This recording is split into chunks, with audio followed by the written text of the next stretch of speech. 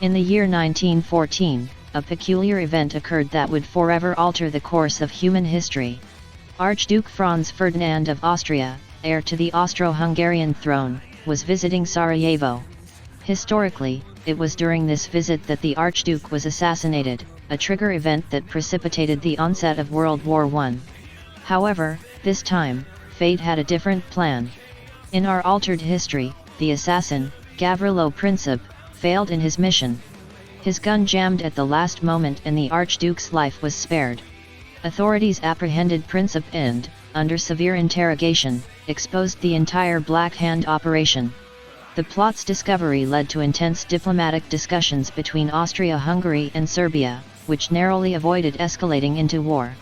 The sense of relief was profound throughout Europe, and the leaders of the great powers decided to establish a more effective system of diplomacy to prevent future such crises.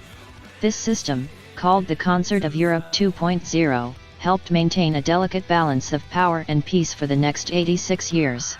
In the absence of a global conflict, the technological and geopolitical landscape evolved differently. The technological advancements spurred by the necessities of war took different forms and followed different timelines.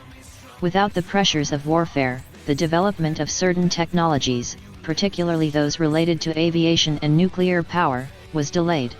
The first successful flight of the Wright brothers in 1903 sparked curiosity, but without the need for quick advancements in military aviation, progress was slower. Airplanes remained a niche technology, used predominantly for mail transport and daring stunt shows.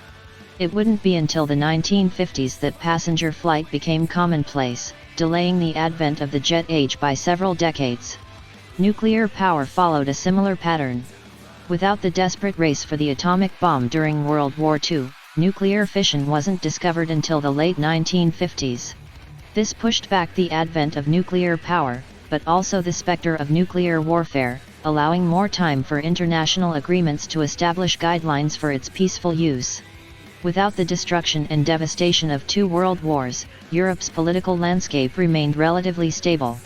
Borders drawn in the 19th century largely remained unchanged. The Austro-Hungarian Empire survived well into the 20th century, undergoing gradual reform into a federation of equal states, similar to the present-day European Union. Russia's transformation into a communist state was also stalled.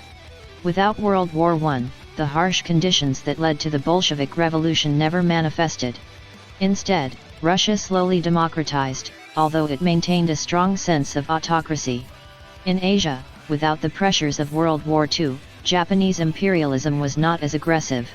Japan focused its energies on economic development, leading to an economic miracle that made it one of the world's leading economies by the late 20th century.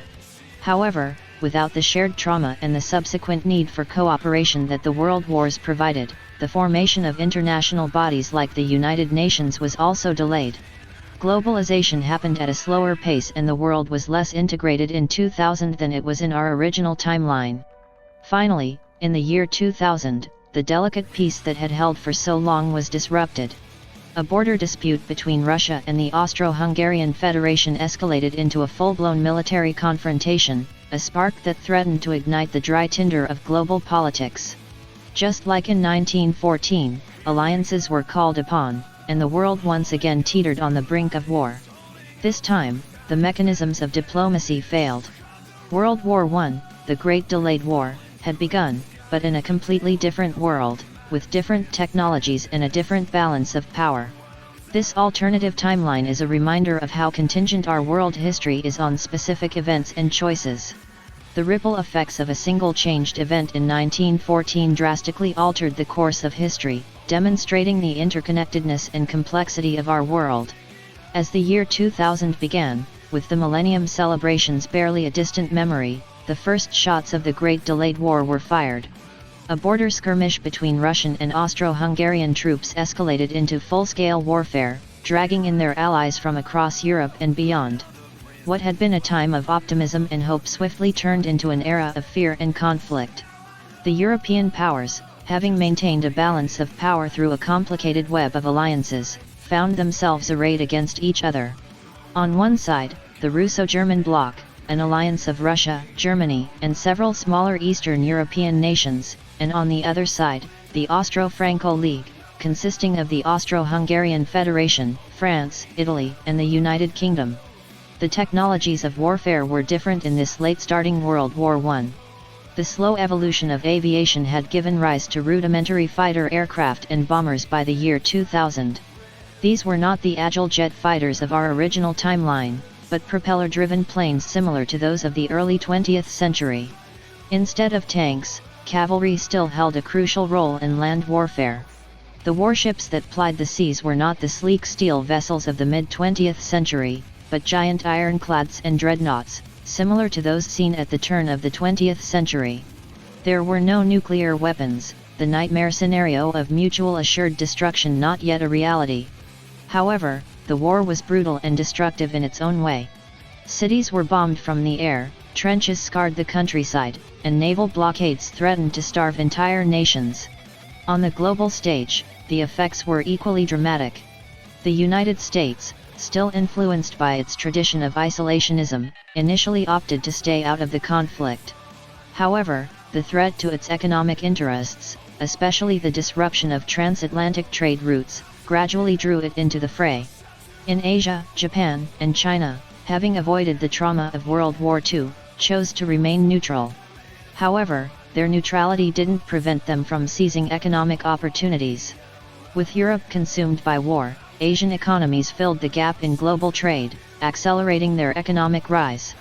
In Africa, countries still under European colonial rule saw the war as an opportunity.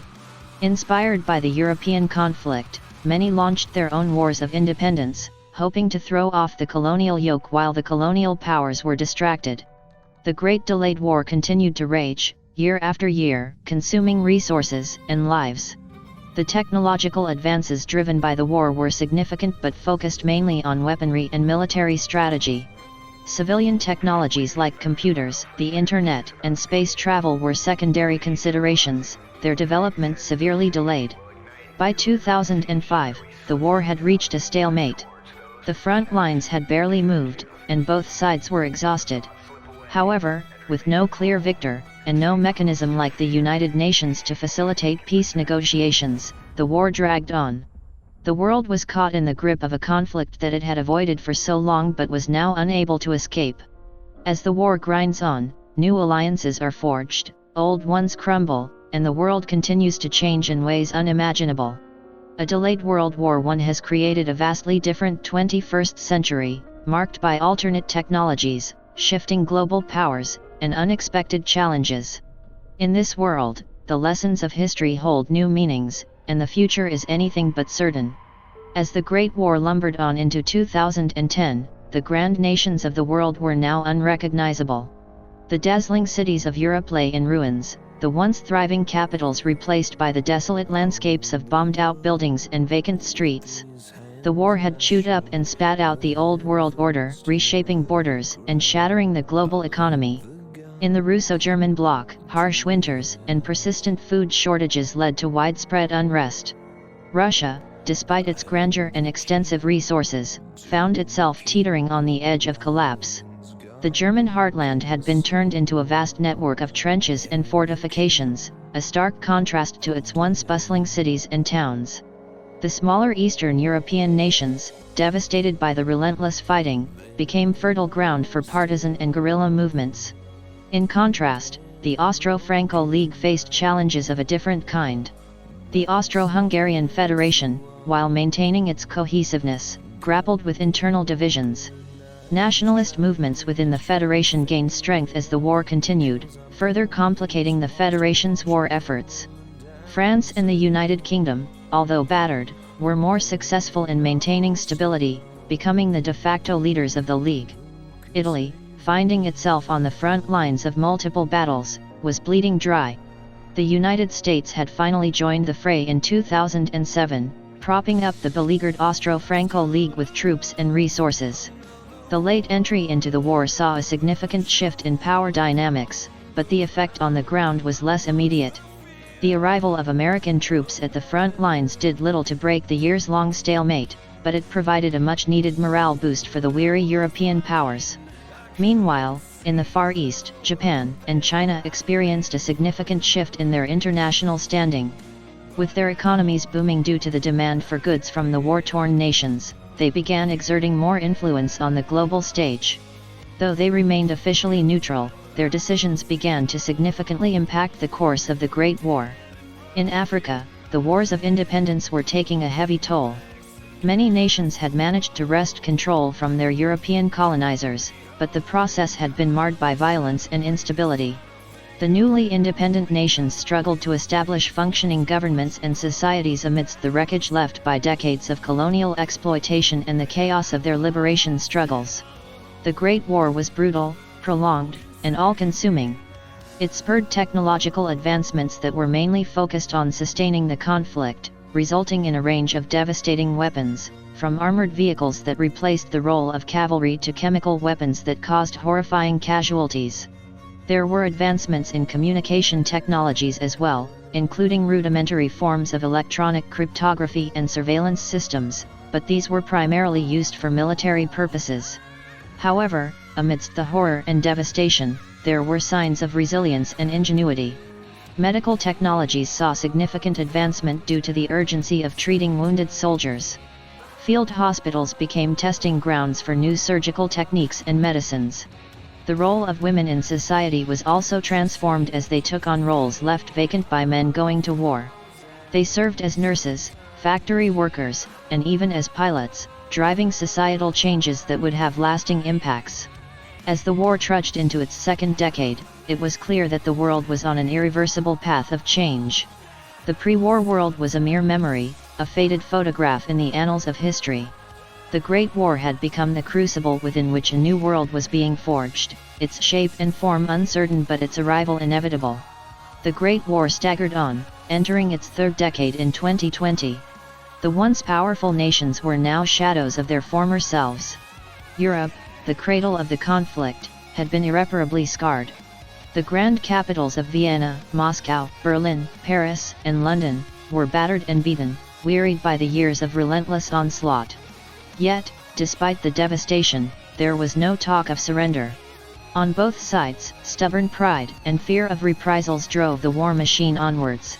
And so, the stalemate continued, the front lines only moving with the seasons, trenches dug and redug, as land was lost and won back in a deadly, feudal dance. Russia, at the helm of the Russo-German bloc, was a nation on the brink of implosion. The harsh winters coupled with dwindling resources had pushed the populace to the edge of endurance. Famine was widespread, and disillusionment with the leadership was at an all-time high. The situation in Germany was no better.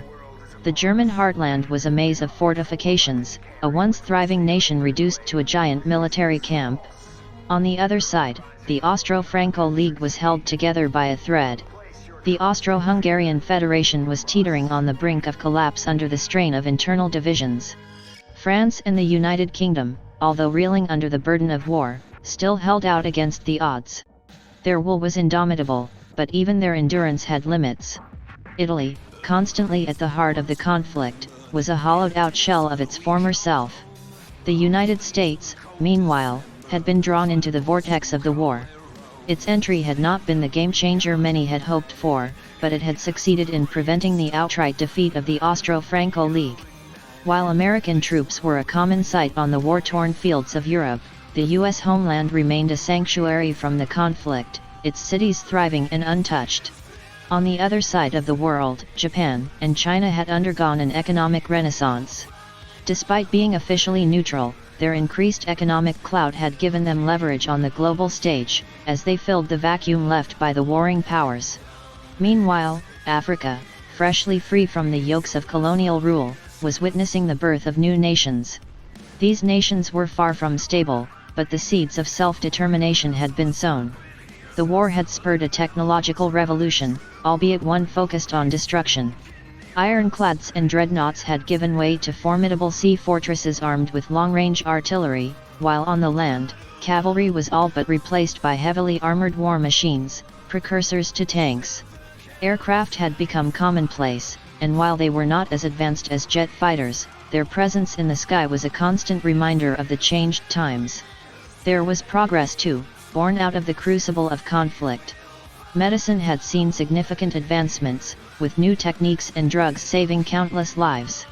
Women had stepped into roles traditionally occupied by men, driving societal change. Communication technologies, used primarily for military purposes, were slowly finding their way into civilian life. Yet, the cost was staggering. Entire generations had been lost to the conflict, cities reduced to rubble, economies ruined. The war had taken on a life of its own, a monstrous entity that consumed all in its path. By 2020, the hope of an end, of a return to peace, was a distant dream. The Great War had become the world's harsh reality, an endless cycle of conflict reshaping the world with each passing day. As the third decade of the Great War trudged on, the concept of peace seemed an almost alien notion. What had begun as territorial skirmishes had escalated into a ceaseless nightmare of conflict and bloodshed that had, by now, claimed millions of lives. Societies were transformed, economies crumbled, and the world map was being redrawn amidst the fire and fury of battle. Russia, once a colossal force in the Russo-German bloc, was now teetering on the edge of collapse. Its once majestic cities were now desolate, and the specter of famine loomed large over its vast lands. Dissatisfaction and discontent with the ruling elite were reaching a fever pitch, leading to widespread civil unrest. In a desperate bid to restore order, the Russian leadership implemented a series of draconian measures that only seemed to inflame the situation further. Germany, too, was faring little better. Its citizens were wearied by years of fighting, and the once bustling cities and towns were now labyrinthine networks of trenches, fortifications, and makeshift shelters. Despite the bleak outlook, however, the German spirit remained undaunted. This was a nation that refused to yield, even in the face of overwhelming odds. The Austro-Franco League, meanwhile, was being held together by sheer determination and will. The Austro-Hungarian Federation, despite teetering on the edge of collapse, clung desperately to unity, even as internal divisions threatened to tear it apart. France and the United Kingdom, though bearing the brunt of the war's destruction, still stood resilient, continuing to fight with an indomitable spirit that inspired their allies. Italy, despite being ravaged by incessant conflict, refused to bow down and fought fiercely to defend its lands. The United States, having entered the fray belatedly, was now wholly committed to the conflict. The American heartland remained untouched by the war, and it was from here that a continuous stream of men, machines, and materials flowed into the battlefields of Europe. America had emerged as a crucial lifeline for the beleaguered Austro-Franco League, keeping it afloat amidst the chaos and destruction. In the Far East, Japan and China, while maintaining their neutrality, had become economic powerhouses, their influence growing with each passing day. Capitalizing on the European powers' preoccupation with the war, they had managed to carve out substantial economic and political space for themselves, marking a significant shift in the global power dynamics. In Africa, the newly independent nations were still in the throes of post-colonial chaos. Yet, amidst the turmoil, the seeds of self-determination had taken root. The continent was in the process of remolding itself, the tumultuous process of nation-building well underway, guided by the relentless spirit of its people. The Great War had accelerated technological advancement, albeit in a skewed manner. The grim necessities of war had spurred the development of advanced artillery, armored war machines, and formidable naval power.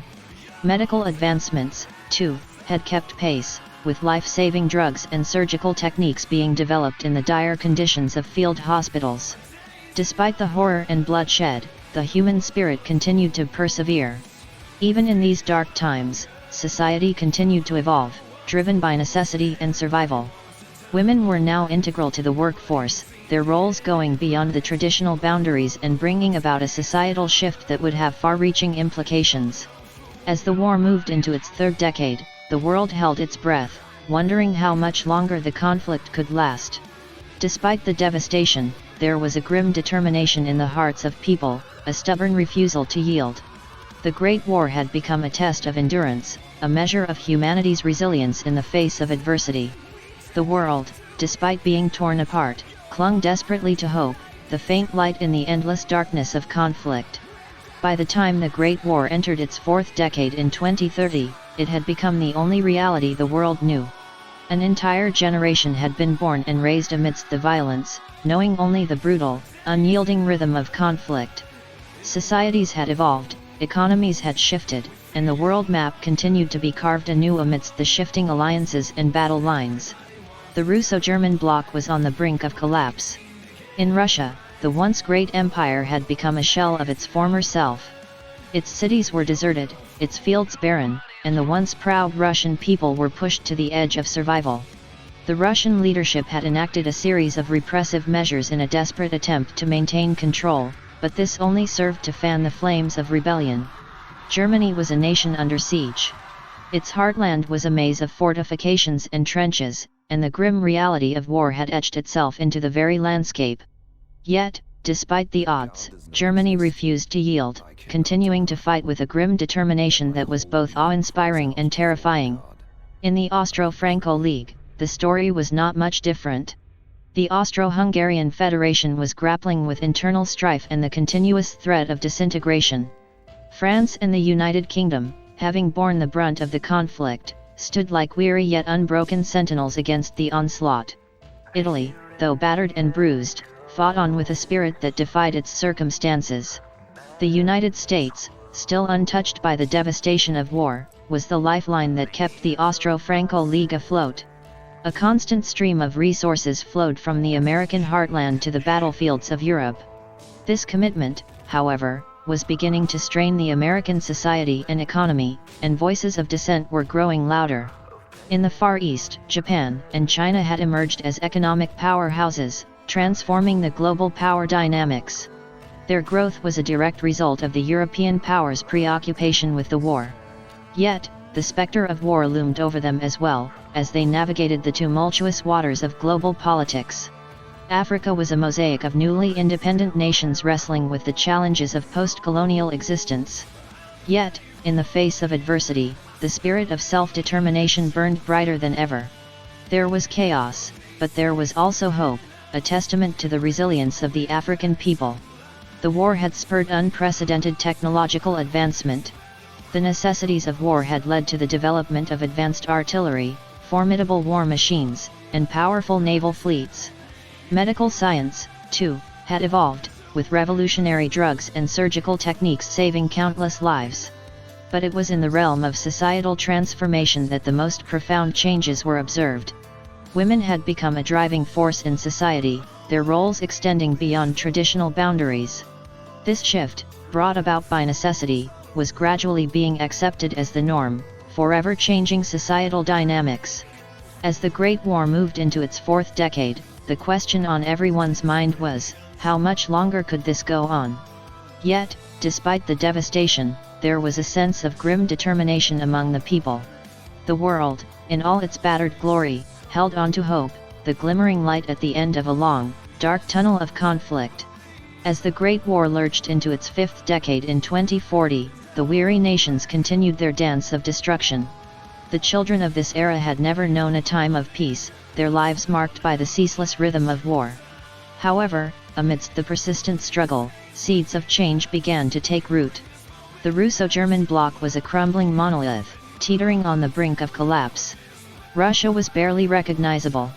Its once proud people were now pushed to the extremes of endurance, and it was within this crucible of hardship that a spark of rebellion began to grow. It started as whispers of discontent, then grew into clandestine meetings and covert plans. The leadership, aware of the simmering rebellion, doubled down on their repressive measures, setting the stage for a violent power struggle. Germany too was a nation on the precipice. The relentless pressure of the war was chipping away at the country's resilience. The German spirit, indomitable for so long, was beginning to waver. The country was on the verge of a societal and economic breakdown, but in the face of impending crisis, a surprising transformation was underway.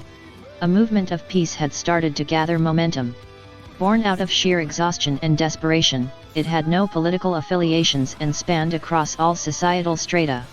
The people had had enough, and they were demanding an end to the conflict. In the Austro-Franco League, cracks were also beginning to show. The Austro-Hungarian Federation, long since unstable, was teetering on the edge of disintegration. Nationalist sentiments were growing, and the diverse ethnic groups were clamoring for independence. France and the United Kingdom, the twin pillars of the League, were also showing signs of strain. They had been the bulwark against the bloc, but the protracted conflict had taken its toll. Civil unrest was growing, and there were increasing calls for peace. The United States was grappling with its own problems. The continuous drain of resources and manpower had started to impact its economy, and the public sentiment was turning against the war. Protests were becoming common, and political pressure was building for an exit strategy. In the Far East, Japan and China, the neutral powerhouses, were now increasingly involved in the conflict. Not directly, but through economic and covert military support to the factions. Their attempts to maintain neutrality were faltering, and they were being drawn into the vortex of the war. In Africa, the newly formed nations were still grappling with the complexities of self-rule. Yet, amid the turmoil, they were making strides. They were a testament to resilience and determination, symbols of hope in a world ravaged by conflict. The war had propelled technological progress, and the world now bore the scars and benefits of this accelerated growth. Communication technologies had transformed, connecting people across the globe, even as they were torn apart by conflict. Medicine had advanced, with life-saving drugs and surgical techniques now commonplace. Warfare had transformed too, with deadly artillery, heavily armored war machines, and formidable naval fleets dominating the battlegrounds. As the world moved deeper into the conflict, a slow but definitive shift was evident.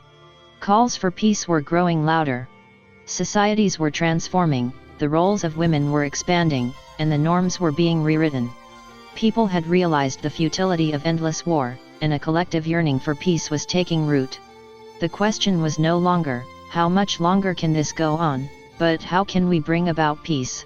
The Great War had transformed the world beyond recognition, and it seemed it would take a transformation of an equal magnitude to bring it to an end. As the Great War entered its sixth decade in 2050, the world continued its relentless dance with destruction.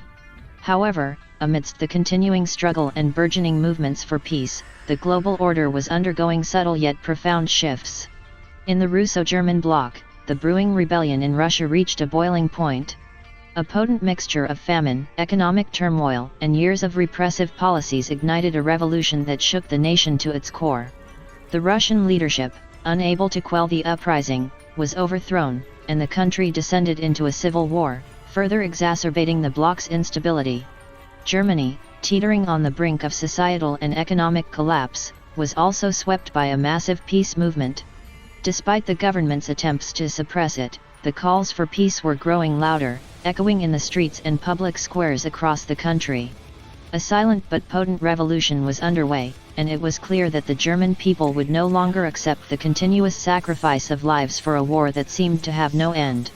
In the Austro-Franco League, the Austro-Hungarian Federation finally disintegrated under the weight of nationalist sentiments, giving rise to a mosaic of smaller nations, each grappling with its own challenges.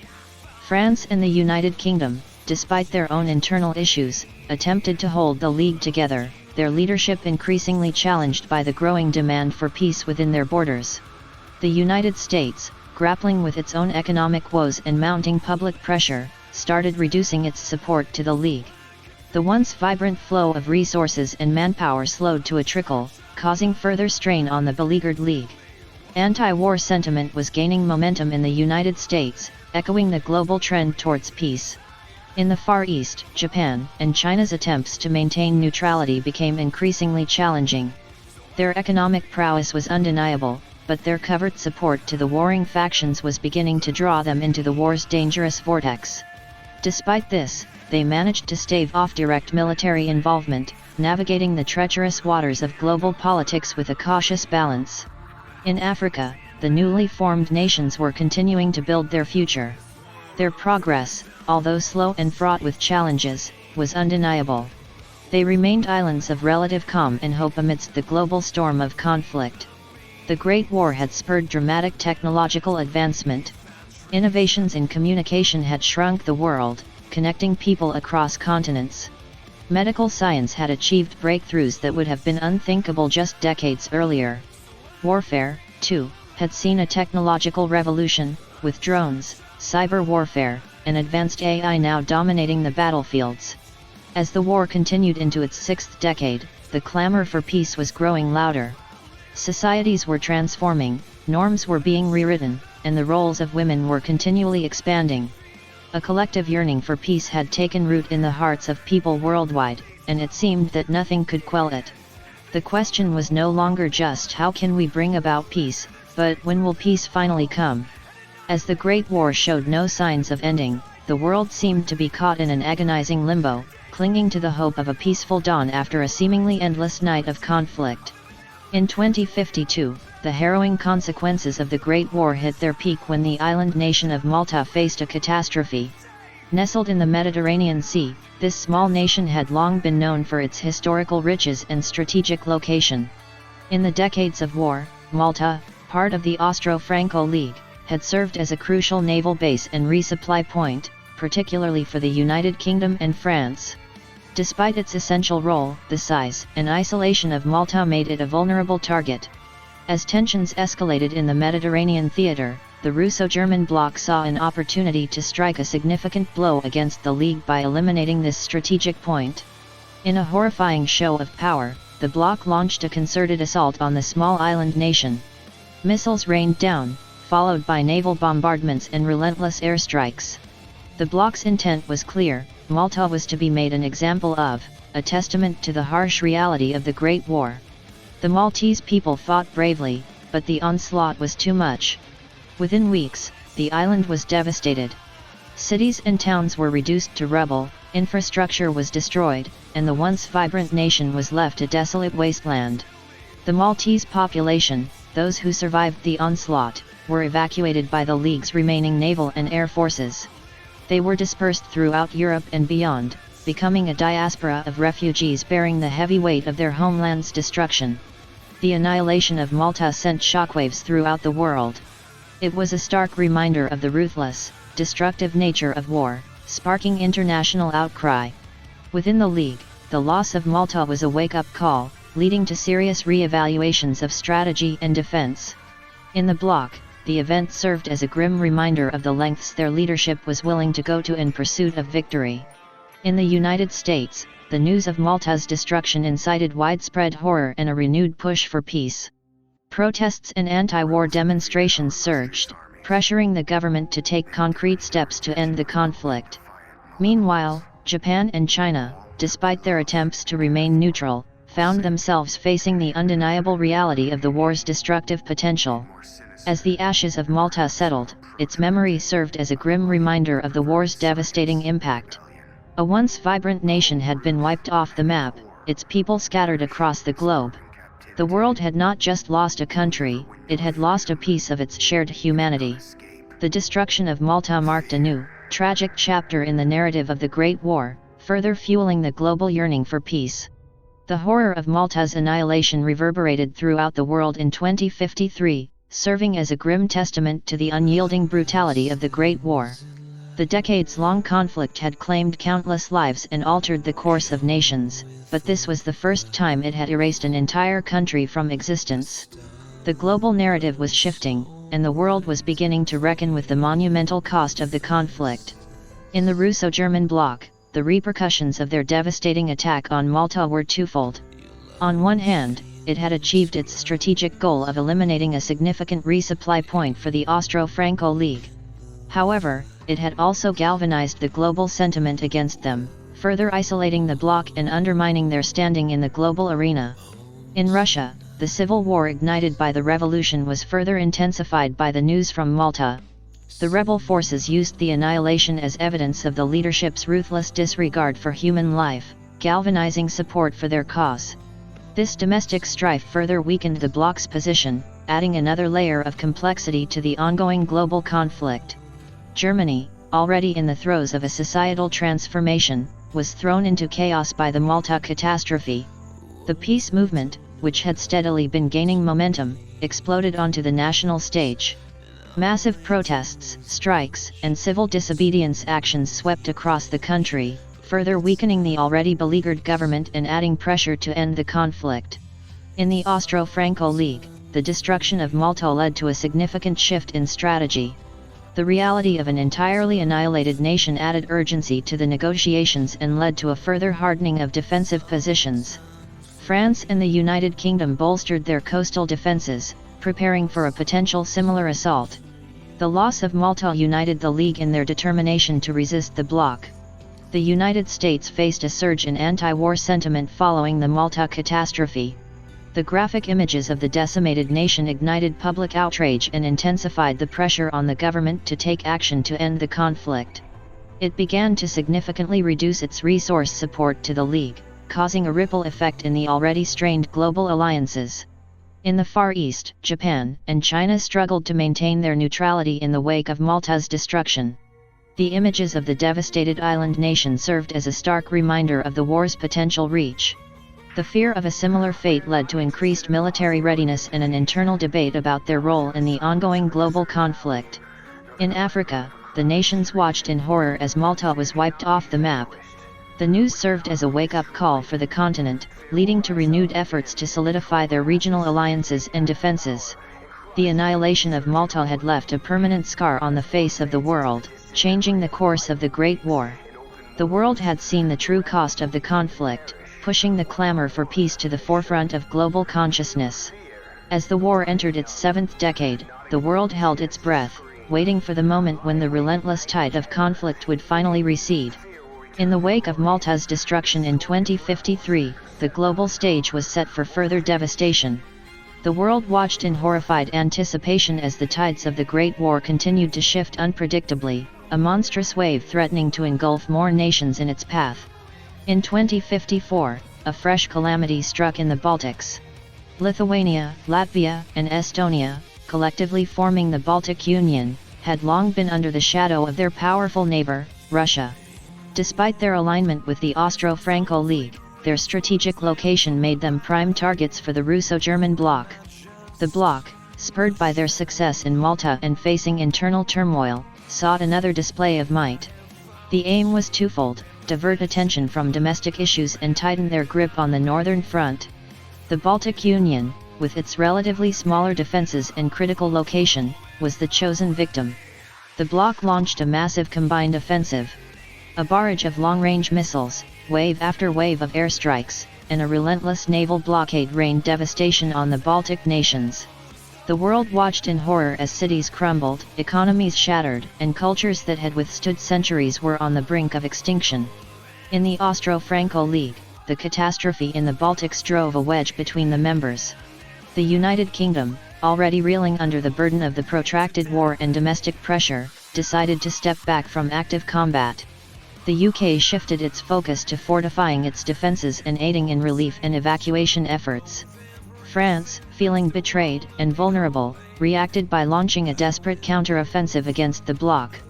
They targeted the already unstable Austro-Hungarian region, leading to another tragic chapter in the war.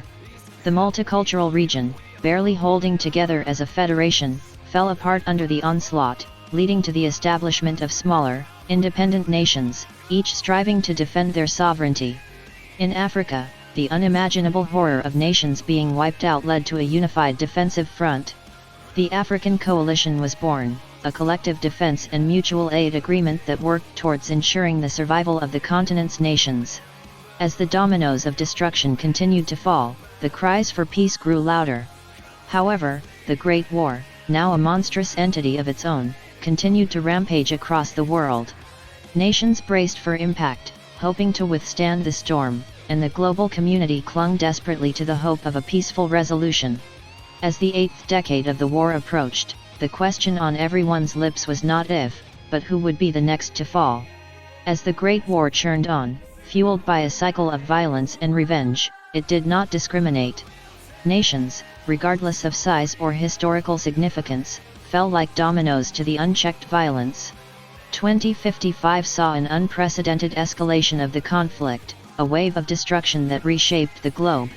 Belgium and the Netherlands, who had managed to maintain their neutrality despite their proximity to the main conflict, were pulled into the maelstrom. A concerted offensive by the Russo-German bloc targeted these lowland countries. With their flat terrain providing little natural defense, they were overrun within a matter of weeks, their cities turned to ruins, and their people displaced. Across the Atlantic, in South America, the war was not just a distant threat anymore. Brazil and Argentina, who had so far maintained a careful neutrality, found themselves drawn into the conflict. As the United States withdrew its support from the Austro-Franco League, the League turned to South America for resources. Brazil, with its abundant natural resources, was a prime target. However, the Russo-German bloc anticipated this move. They launched a preemptive strike, using long-range missiles to cripple key infrastructures in both Brazil and Argentina.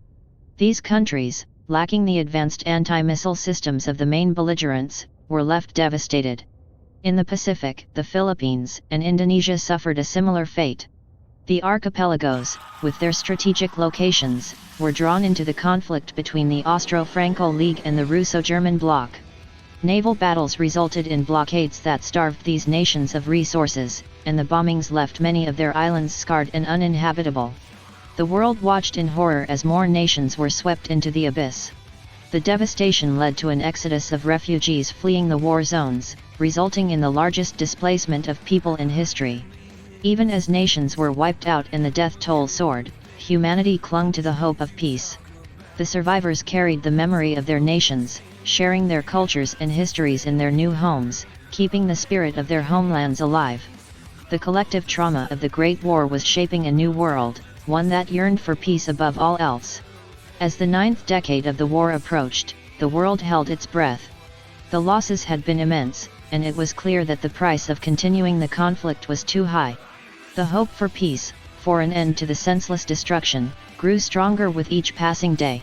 It was a hope, a desperate prayer that resonated in the hearts of all people, a plea for the Great War to finally come to an end. The unchecked escalation of the Great War brought untold horrors as it ventured into its 9th decade.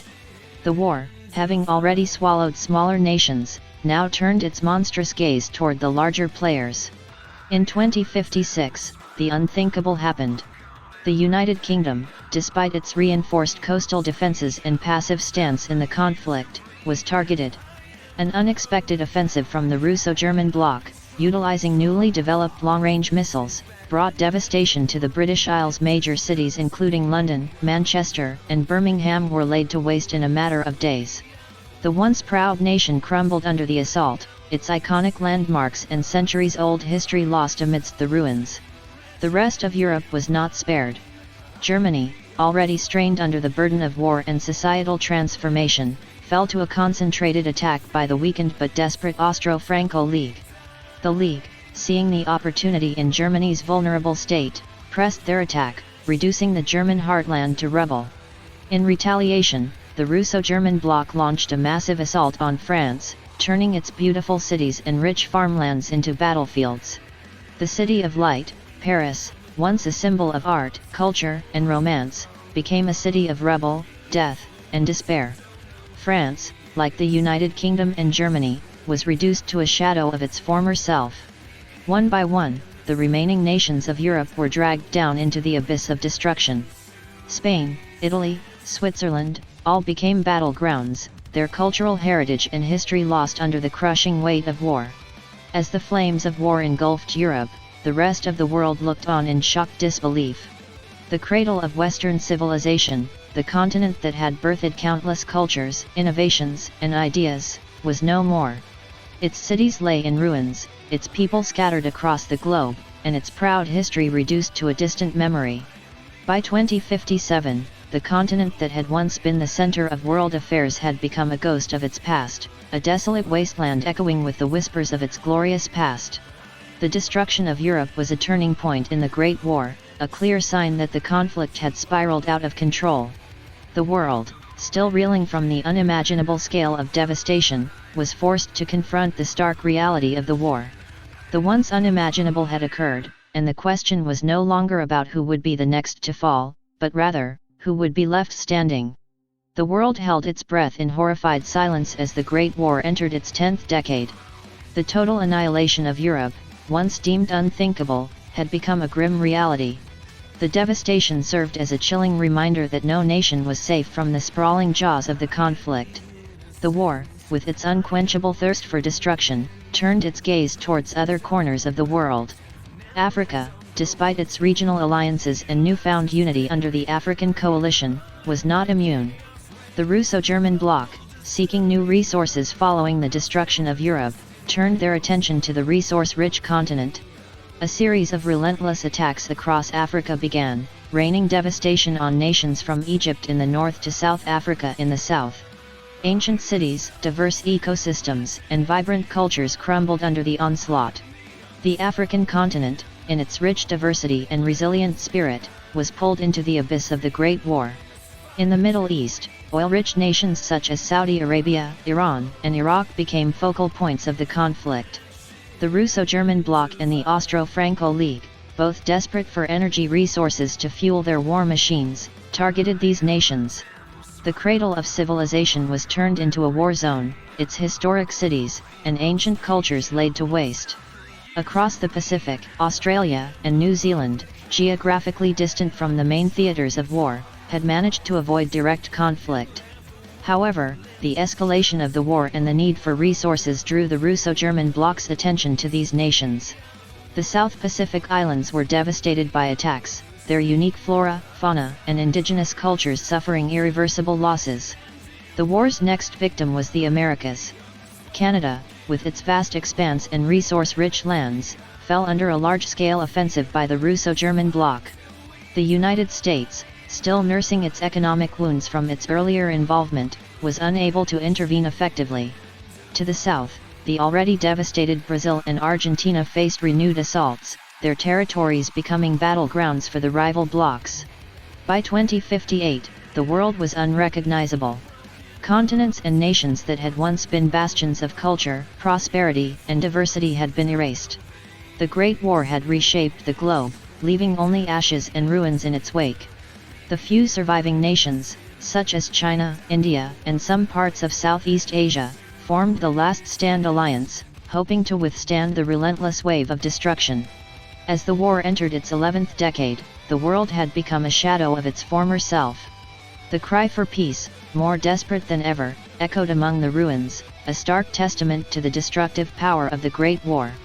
In the year 2088, the world as we knew it had ceased to exist.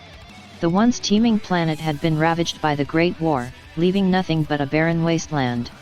The vibrant blues and greens that once characterized the earth had faded into a palette of grays and browns, the colors of death and decay. The skies no longer held the soft warmth of the sun, instead, they were perpetually shrouded by dark, ominous clouds, the remnants of the cataclysmic weapons of the war.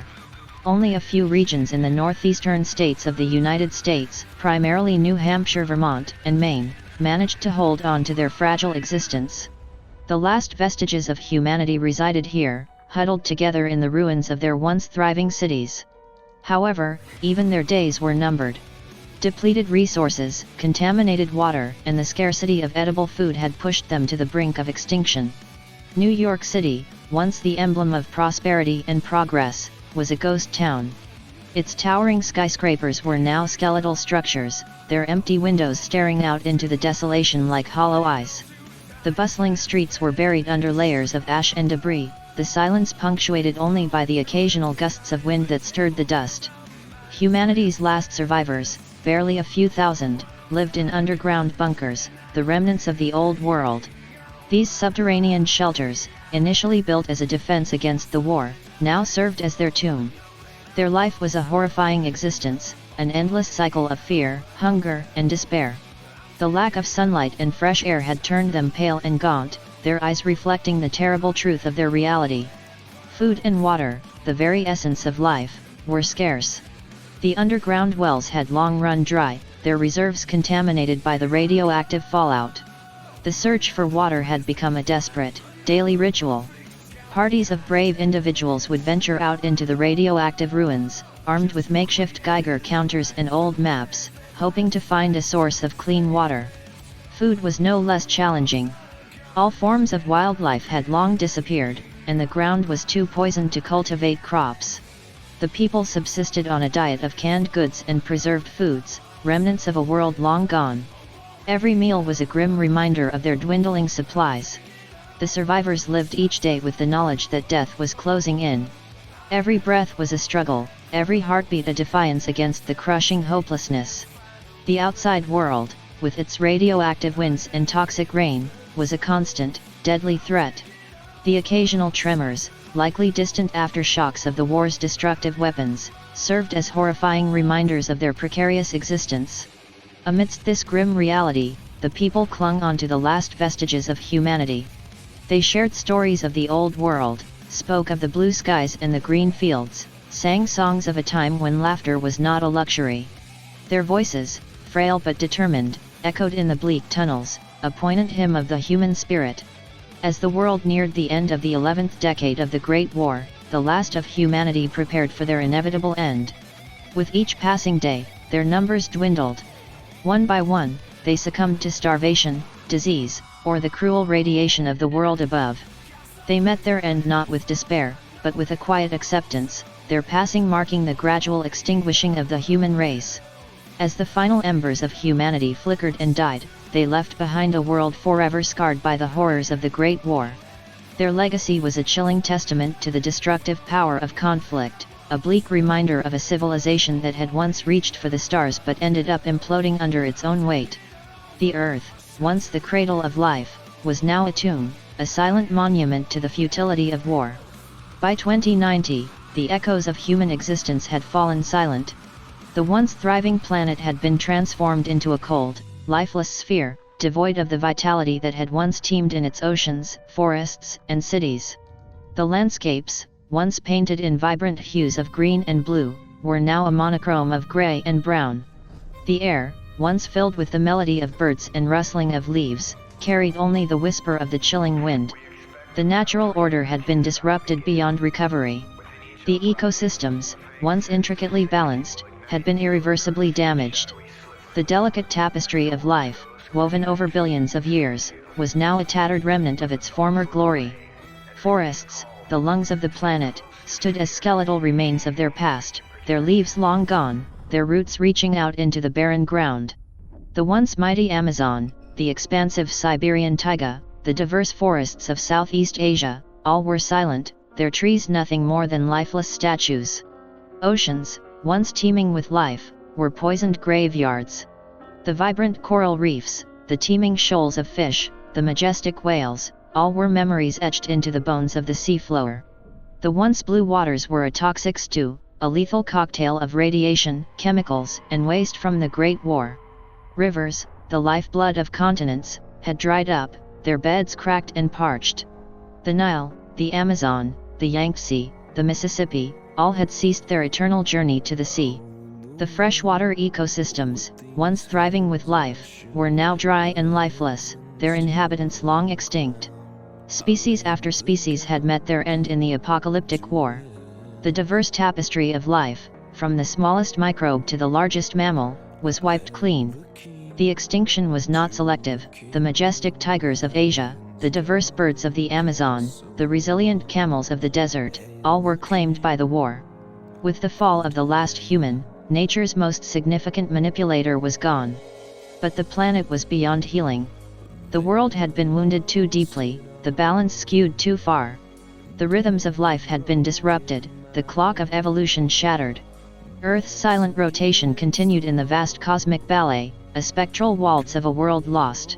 As it journeyed around the sun, the once vibrant beacon of life was now a cold, dark obelisk, a stark reminder of the horrors of conflict and the cost of unbridled ambition. A testament to the folly of a species that had the potential to shape a paradise, yet chose to fashion their own hell. The eerie silence that followed the death of the last living being was not broken for centuries.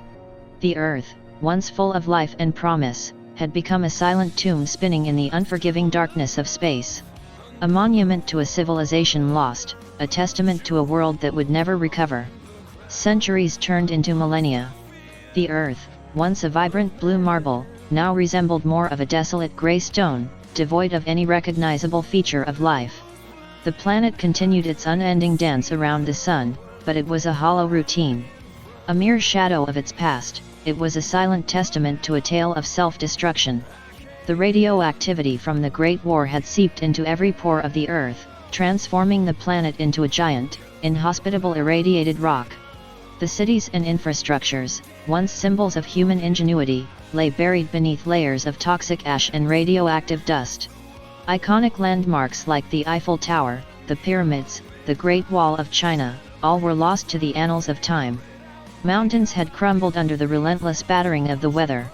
Forests had turned into wastelands.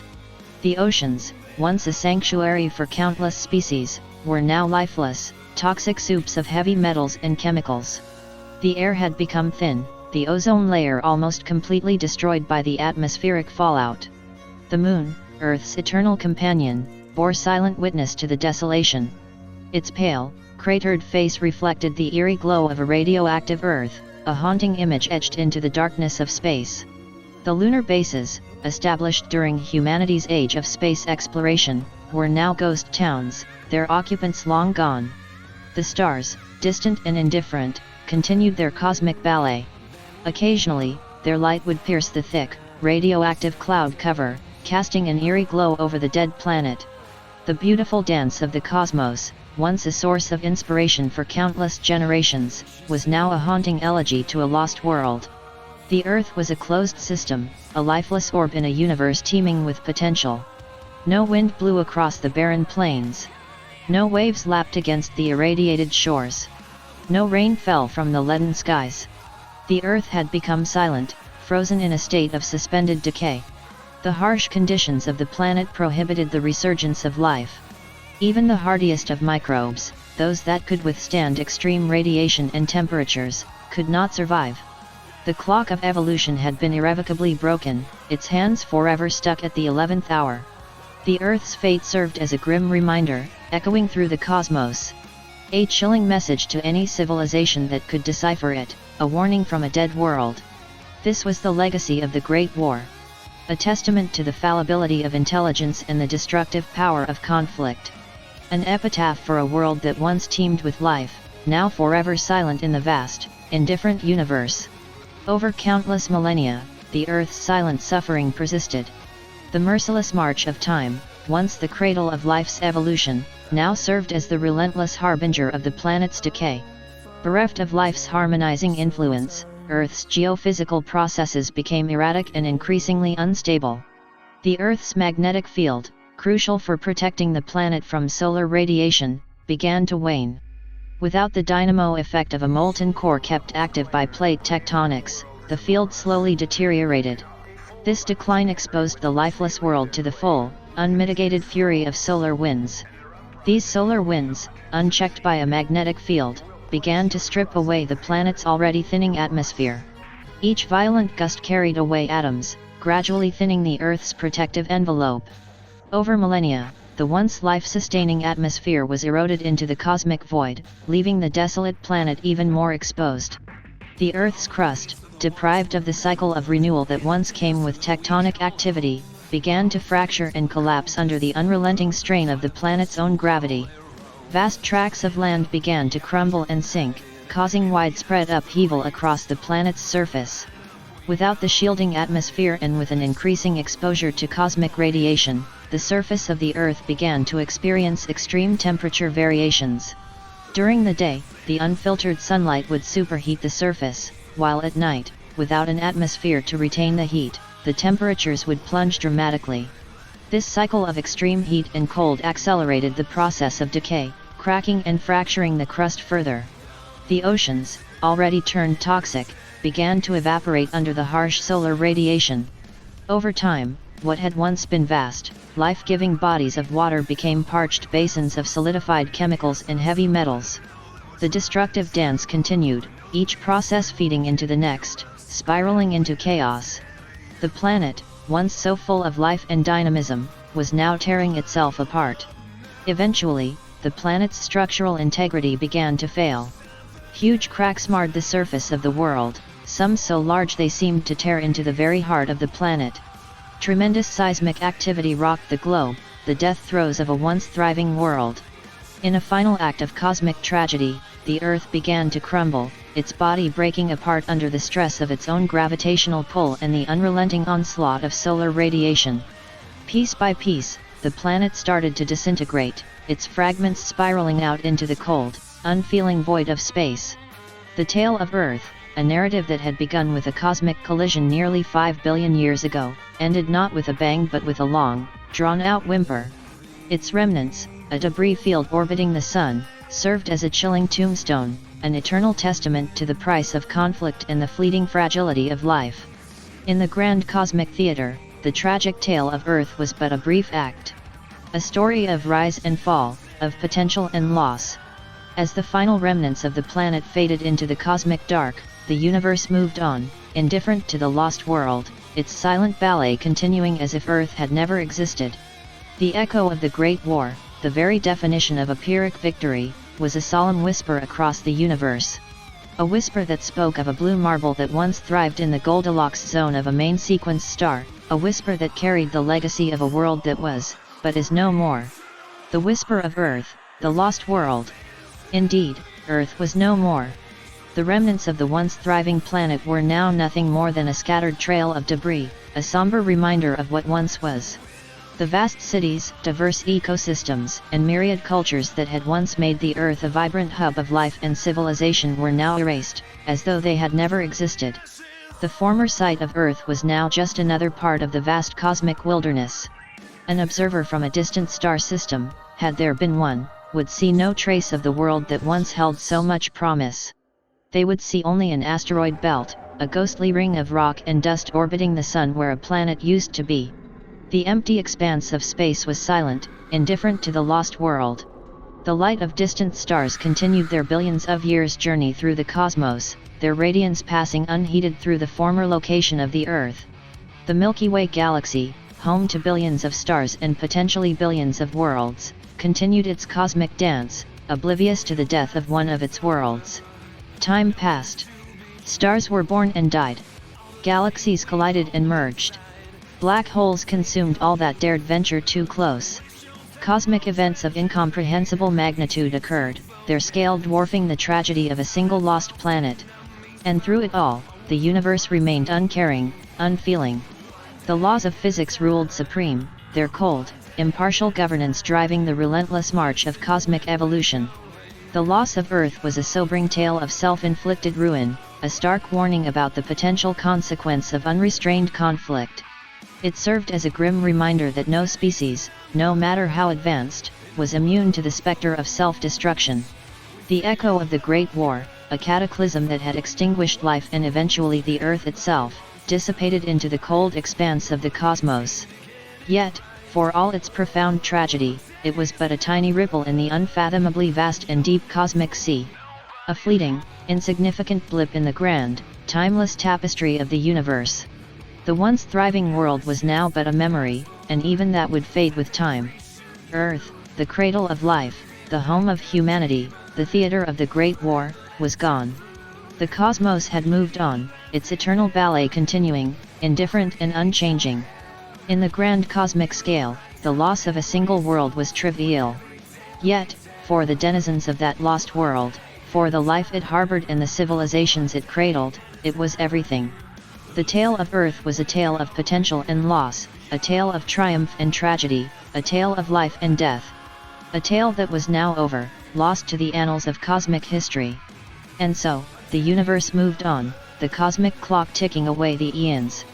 Stars continued to shine, galaxies continued to turn, and life, perhaps, took root on distant worlds. The cosmic drama continued to unfold, unending and unchanging, a testament to the grandeur and the mercilessness of the cosmos. And in the silent emptiness where Earth once thrived, a haunting epitaph echoed through the cold, desolate void, a tragic reminder of a world lost, a civilization fallen, and a future that could have been, but never was. Earth was no more.